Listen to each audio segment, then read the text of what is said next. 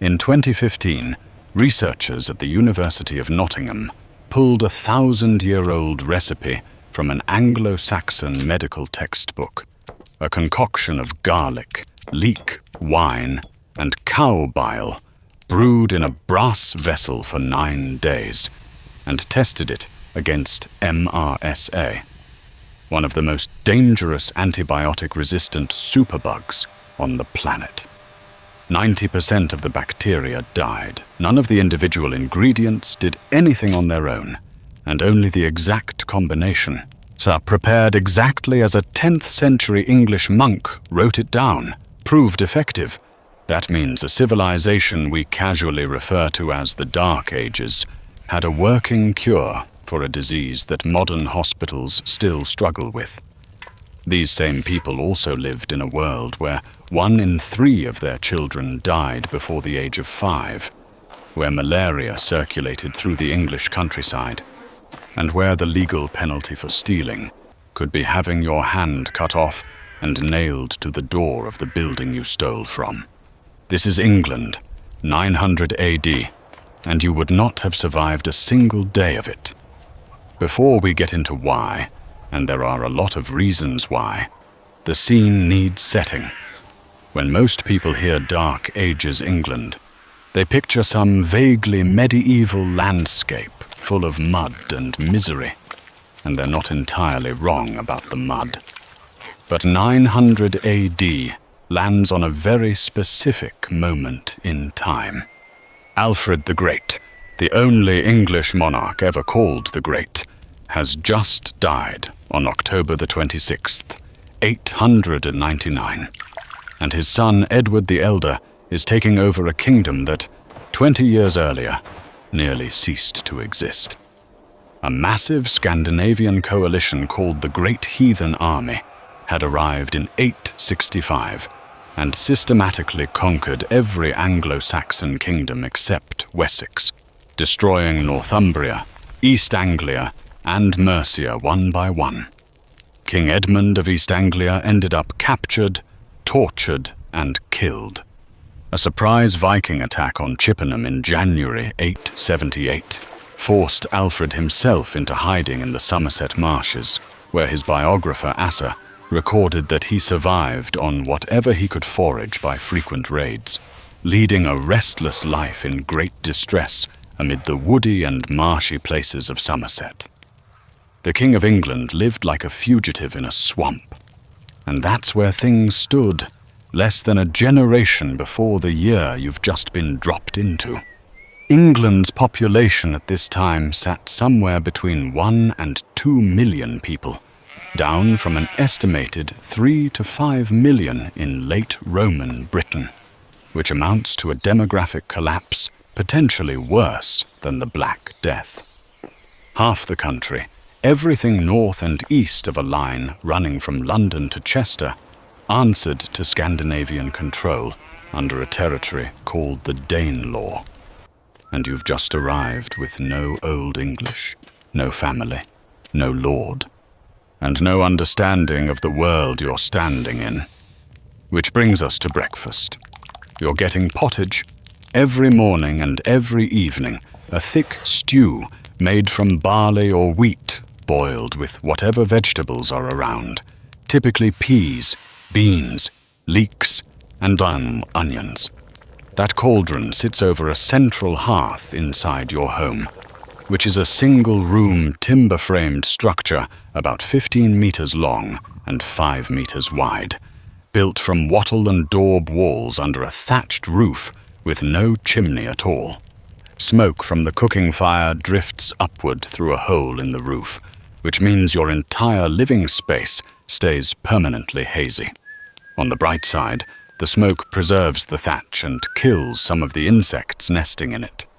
On the less bright side, you are also living in it.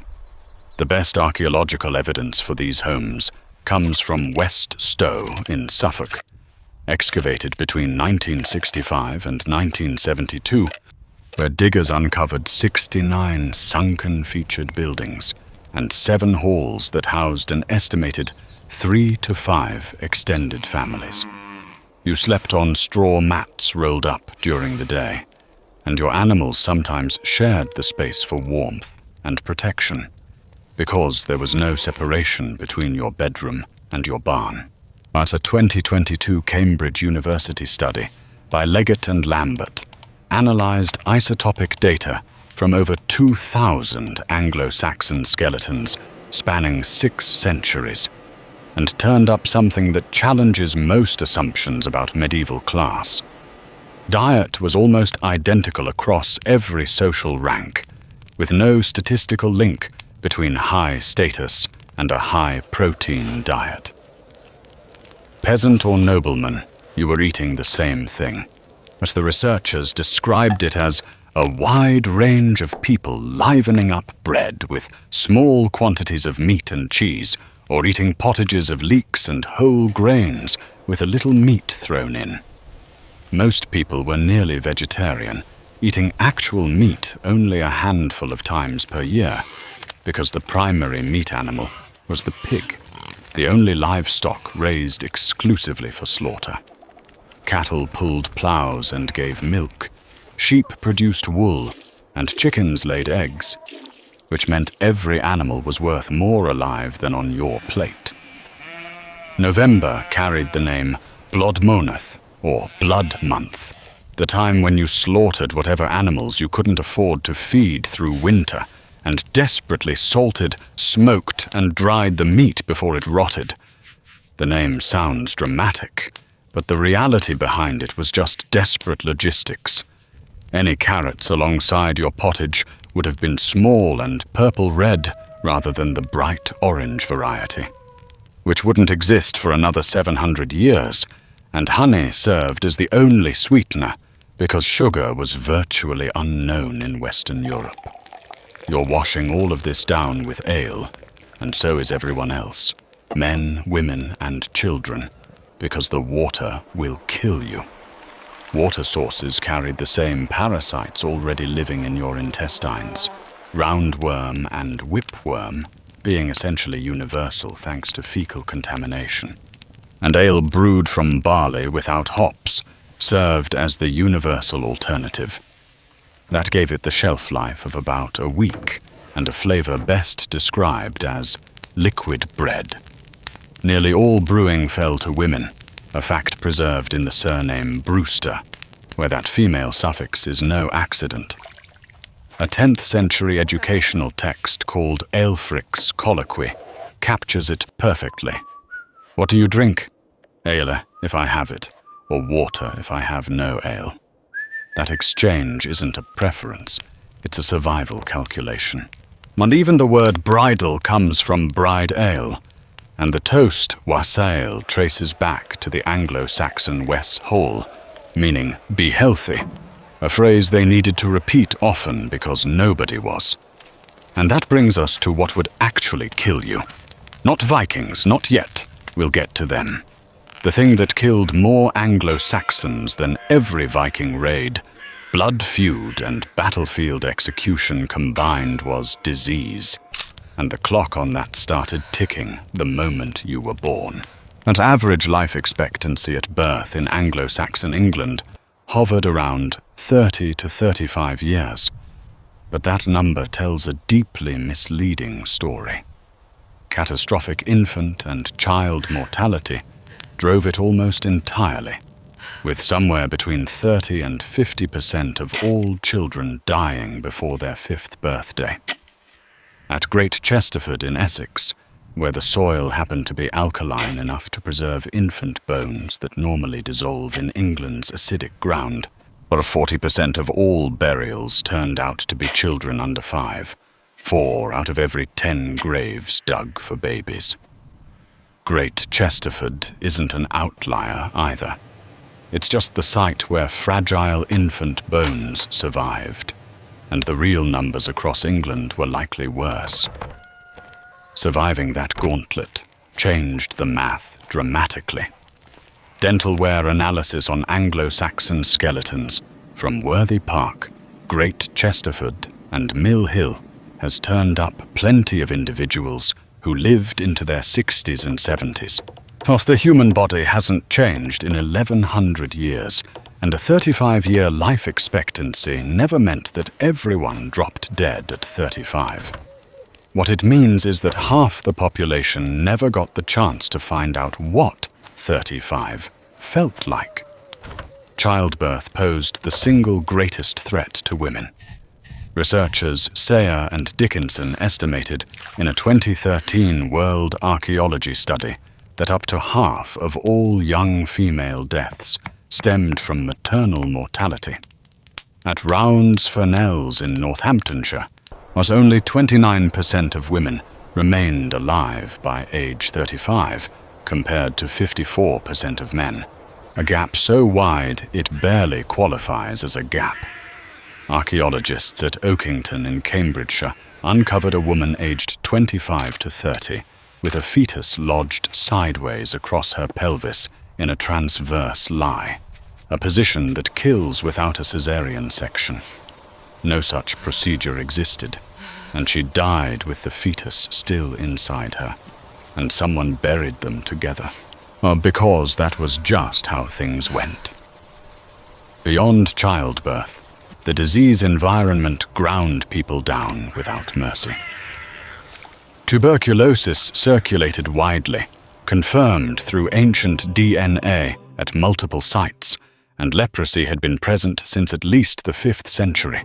Was a large-scale study by Gowland and Weston that analyzed over 5,800 individuals across 46 Anglo-Saxon sites, found skeletal evidence pointing to Plasmodium vivax malaria, being endemic in the marshlands of eastern England, transmitted by a native mosquito called Anopheles atroparvus.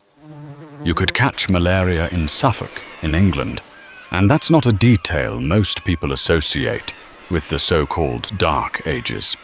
Intestinal parasites were essentially universal, and a Cambridge study found that medieval monks at Augustinian friaries carried parasites at nearly twice the rate of the general population, despite being the group with the best access to latrines and running water. At Warham Percy in North Yorkshire, children's skeletons showed stunted growth, rickets, and leprosy, with growth rates that a researcher from historic England described as perhaps even worse than those of slum-dwelling Victorian workhouse children. That's the comparison. Victorian child labour conditions serve as the benchmark for Anglo-Saxon childhood, and the Anglo-Saxon children may have had it worse. Your teeth, at least, would be free of cavities, since the Anglo-Saxon diet contained virtually no sugar, and honey remained the only sweetener, an expensive one at that. Dental caries barely showed up in the archaeological record, but the flour you ate every single day came off hand-operated stone querns that shed grit into every loaf of bread, and that grit ground your enamel down to nothing. A 1971 study of 504 Anglo-Saxon denticians found that stone-ground flour abraded tooth enamel so aggressively that it outpaced the cavity process entirely. You wouldn't develop cavities because you wouldn't have enough enamel left to host them. And this is where things take an unexpected turn, because the Anglo-Saxons were not helpless against any of this. They had medicine, real medicine, and some of it was provably effective by modern standards. Bald's Leech Book, compiled in the mid-10th century and likely shaped by Alfred's educational reforms, ranks among the earliest medical textbooks in any European language. Over 100 recipes fill its pages, organized by symptoms, diagnosis, treatment, and prognosis, which amounts to a genuine medical system. Chapter 64 contains remedies sent from the Patriarch of Jerusalem to King Alfred personally, evidence of international medical knowledge flowing into what we casually dismiss as a backward island. Anglo-Saxon surgeons performed trepanation, drilling into the skull to relieve cranial pressure, and of 24 known British cases, nearly 2/3 show evidence of healing, meaning the patients survived having a hole cut in their head with what were essentially Iron Age tools. But the Leech Book also preserves what scholars believe is the only recorded plastic surgery in Anglo-Saxon England, a procedure for repairing cleft lip. Another major medical text, called the Lacnunga, contains about 200 herbal remedies woven together with charms that blend Christian prayer and invocations to Woden without any apparent contradiction. It's 9 herbs. Charm is the only Anglo-Saxon herbal text that names the old pagan god directly. Anglo-Saxon medicine looked like this in practice. Not ignorance, but a complicated fusion of genuine pharmacology, classical Mediterranean learning, and beliefs we'd now call magical thinking. These people could kill MRSA with garlic and bile, and they also thought chanting at a wound might help, and both of those things were happening at the same time. None of that medical knowledge, sophisticated as it was, could protect you from the legal system, or the Vikings, or what happened when you couldn't pay a fine. Anglo-Saxon England ran on a legal code that was detailed, codified, and will make your skin crawl. Every free person in England carried a monetary value under a concept called vergild, which translates literally to man payment. An ordinary freeman, or ceorl, was priced at 200 shillings, a nobleman or thane at 1,200, and a king at 30,000 thrimsas. For killing someone didn't automatically trigger a blood feud, because the killer's family paid the victim's family the full wergild instead. The entire system existed to replace cycles of revenge killing with accounting, and whether that qualifies as progress is a question worth sitting with. Injuries short of death were calculated down to the individual body part under Alfred the Great's law code from the 890s. Losing an ear cost the attacker 30 shillings, a nose 60, an eye 50, a finger 9 and a toe 20. A front tooth carried a higher price than a back tooth. Severing a man's genitals so that he could not father children cost 80 shillings. The elaborate specificity of these fines reveals something about daily Anglo-Saxon life that no chronicle spells out directly. People were losing fingers constantly. Crimes classified as bootless, meaning no compensation could make them right, carried the penalty of death and total forfeiture of all property. Arson, housebreaking, open theft, obvious murder, and treachery to your lord all fell into that category, and execution methods ranged from hanging, drowning, stoning, and burning to being thrown from a cliff or decapitated, with at least 5 separate law codes specifically prescribing beheading. The archaeological evidence backs all of this up. At Weyhill in Hampshire, an execution cemetery yielded 124 graves, mostly young adult males bearing cut marks on their neck vertebrae, with skulls placed separately from bodies and hands severed, and executions occurred there roughly every 2 to 4 years across several centuries. 54 decapitated males of Scandinavian origin turned up at Ridgeway Hill in Dorset, their severed heads piled neatly to one side, dated to roughly 970 to 1025 AD. Vikings executed by Anglo-Saxons. Near Cambridge, a burial pit discovered recently revealed multiple skeletons from the 8th or 9th century, showing unmistakable signs of execution, including face-down burial, decapitation, and possible bindings. 6 loose skulls sat on top, all missing their lower jaws, which suggests they'd been displayed on stakes.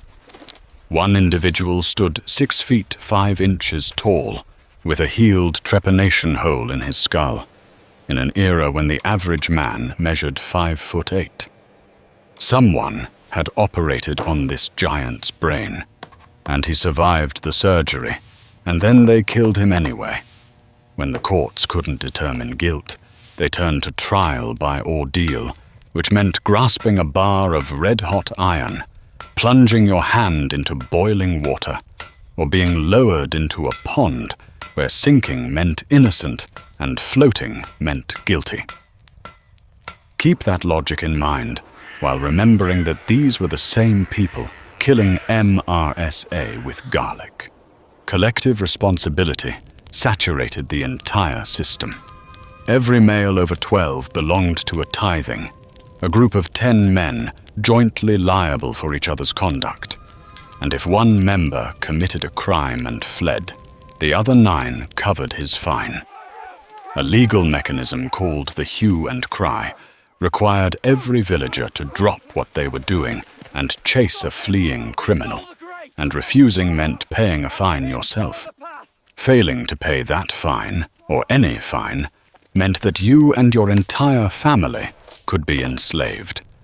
About 10% of the population lived as slaves, are people born into bondage, captured in war, convicted of crimes, or sold by their own desperate families. Bristol ran a booming slave trade that shipped human beings to Ireland and onward to Iceland, Scandinavia, and Islamic Spain. One curious protection existed. Forcing a slave to work on Sunday could trigger their automatic freedom. Limits to the horror did exist. They were just placed at very specific intervals. And that brings us to the Vikings. And by 900 AD, the immediate existential threat had receded. But the trauma ran deep, and the danger hadn't vanished. Alfred's victory at the Battle of Edington in May 878 saved Wessex. But the peace that followed carved England in half rather than liberating it. The Treaty of Wedmore established the Danelaw boundary, running along the Thames and northward, with everything on the Scandinavian side answering to Scandinavian law. Ordinary people caught in the invasion decades absorbed devastation on a scale that's hard to overstate, and the Anglo-Saxon Chronicle records that the Danes drove many of the people over the sea, and of the rest, the greater part they rode down. Crops burned, livestock fell, trade networks collapsed, and people sold themselves into slavery just to stay alive. What Alfred constructed in response stands out even by the standards of military genius. 33 fortified towns called burhs are documented in the Burgel Hidage, spaced roughly 30 kilometers apart, with approximately 27,000 men assigned to their defense, about 6% of the total population. The army itself was reformed into rotating units so that farmers could fight and still bring in harvests, and new warships were commissioned to be larger, swifter, and steadier than Viking vessels. But the choice that might have mattered most had nothing to do with walls or weapons, because Alfred also made people literate, translating essential Latin texts into Old English and establishing schools. As Alfred himself wrote, "The saddest thing about any man is that he be ignorant, and the most exciting thing is that he knows." A king who had been hiding in a swamp 20 years earlier wrote that, and it's worth sitting with. Alfred died in 899, and his son Edward the Elder carried the reconquest forward. But the most striking figure of this period turned out to be Alfred's daughter, Aethelflaed, Lady of the Mercians, who effectively ruled Mercia from around 902, built her own chain of fortified burhs, and personally led military campaigns against the Danes. Derby fell to her forces in 917 at the cost of 4 thanes described as dear to her. Leicester followed in 918, and even the city of York submitted to her authority before her death on June 12th of that year.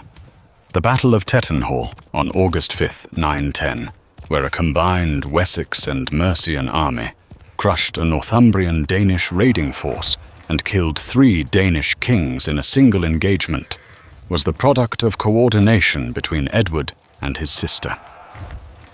After Tettenhall, the Northumbrian Danes never ventured south of the River Humber again.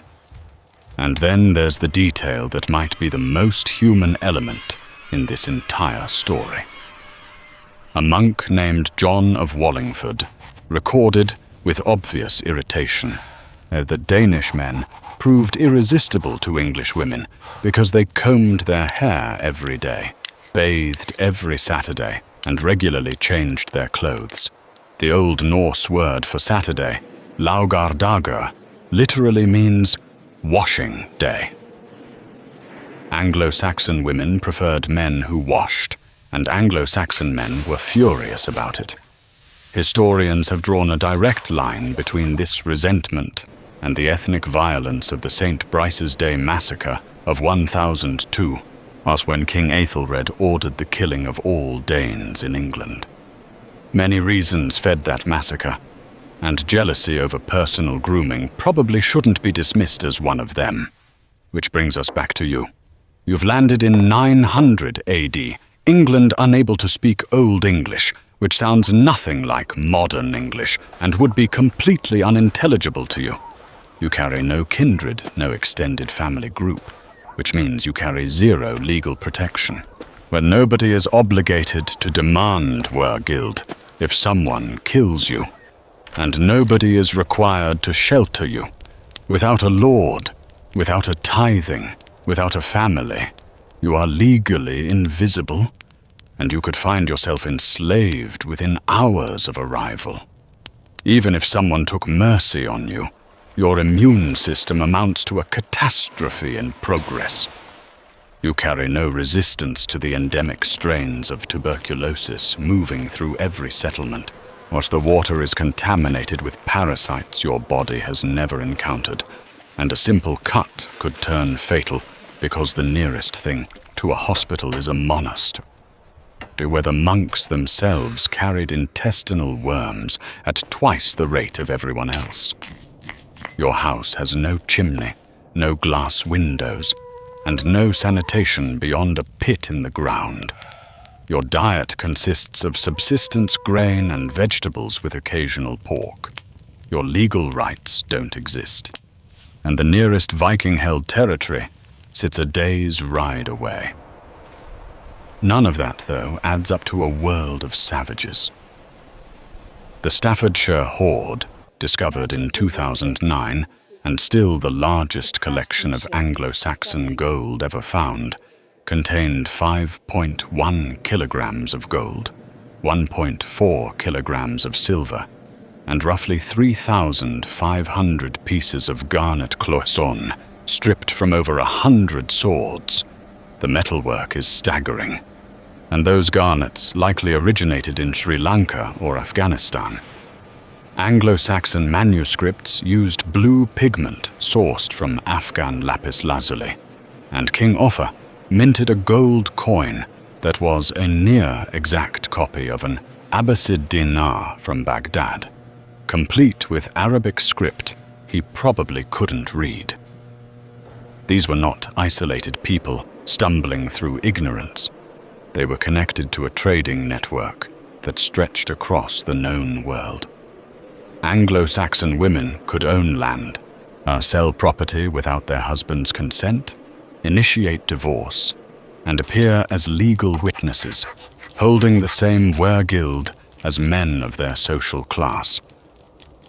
After the Norman conquest of 1066, every one of those rights vanished under feudal coverture, which meant a married woman who left her husband was legally guilty of stealing his property, meaning herself and her clothes. 814 years passed before the Married Women's Property Acts of the 1870s and 1880s restored what Anglo-Saxon women already had. Over 1,000 pages of medical texts written in Old English survive from this period, more vernacular medical literature than any other European country produced at the time, alongside trade networks reaching Afghanistan. And these people also had a sense of humor. The Exeter book, copied around 975 AD, contains roughly 90 riddles, but many loaded with deliberately bawdy double meanings. One describes something that swells and stands up, lifts its covering, and the answer is bread dough. Another asks about a creature that came slinking where men were sitting, 1 eye and 2 ears and 2 feet and 1,200 heads. And the answer is a one-eyed garlic seller carrying a braid of garlic heads.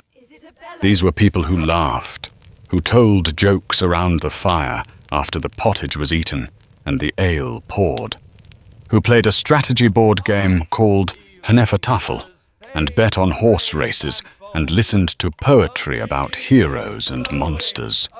Human beings living in inhuman conditions who found ways to make it bearable. Average Anglo-Saxon male height measured about 5'8", and after the Norman conquest, that dropped to roughly 5'6" and didn't recover to pre-conquest levels for centuries, which says something about Norman rule that I'll leave for you to interpret.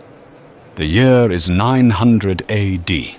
Alfred the Great is freshly dead, and his children are fighting to reconquer half of England from the descendants of the men who nearly destroyed it. Somewhere in the marshes of East Anglia, a mosquito is carrying malaria. Somewhere in Bristol, human beings are being loaded onto ships bound for Dublin. Somewhere in a monastery, a monk is carefully copying a recipe that will still kill superbugs 1,000 years from now. And somewhere in a smoky, windowless hall, a woman is grinding flour on a stone quern, wearing her teeth to nothing, brewing ale for her children because the river water might kill them, and keeping her household alive through one more English winter. She probably wouldn't have called them the Dark Ages, but she also wouldn't have argued with anyone who did.